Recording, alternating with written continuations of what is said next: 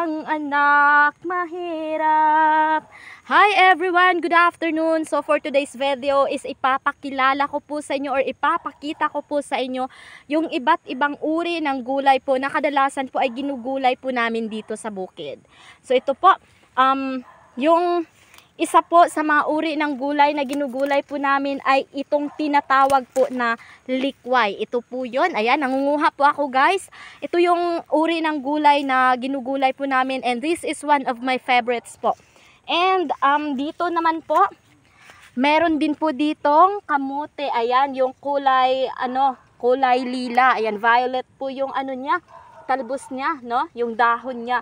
So ito naman po ay kadalasan ginugulay po ng mga may kulang sa dugo, no? Kulang sa dugo meron pala, no? Yung tinatawag na anemic daw, no? Ito yung kadalasan na ginugulay po. Ito po siya. And yung iba naman po is takway sa gabi, no? Hindi ko alam kung ano yung yung takway sa gabi in Tagalog.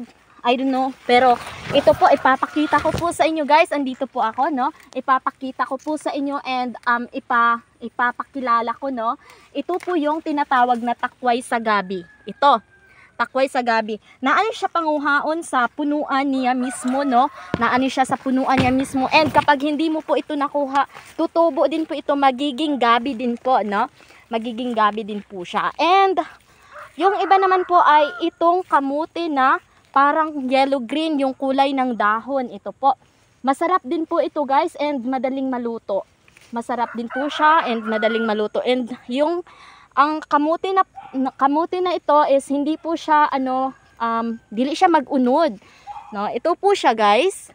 Ito, kamote. And the other, meron pa din pong ibang uri ng kamote. Ito, yung kadalasan po na talbos ng kamote na ginugulay ko po. Ito po siya.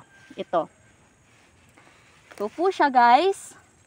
Yung kagandahan kapag nasa bukid ka is hindi mo na kailangang bumili, hindi mo na kailangang gumastos. Magkakaroon ka na ng uulamin, magkakaroon ka na ng lulutuin, no? Ito yung kagandahan. And dito na part, medyo siya, medyo malayo-layo na, no? Medyo maganda yung ng talbos ng kamote dito guys. Ayan, ito. Kasi yung lupa, ginagawang parang bulkan ni Papang and tinatamnan ng kamote ni Mama. Kaya ito po, ito, napakaganda, no? Parang masarap to. And maliban dito, meron din pong okra. Yan. Medyo malayo yung okra guys, pero sundan nyo lang po ako, no? May okra dito. Ayan. Ito po. Ito po yung okra guys. And ipapakita ko po sa inyo. Ito po. Fresh. Very fresh po talaga guys kasi kakapitas lang galing sa kanyang no? Very fresh. And yung iba naman po, sabi nila hindi daw pwedeng kainin yung talbos ng cassava, no?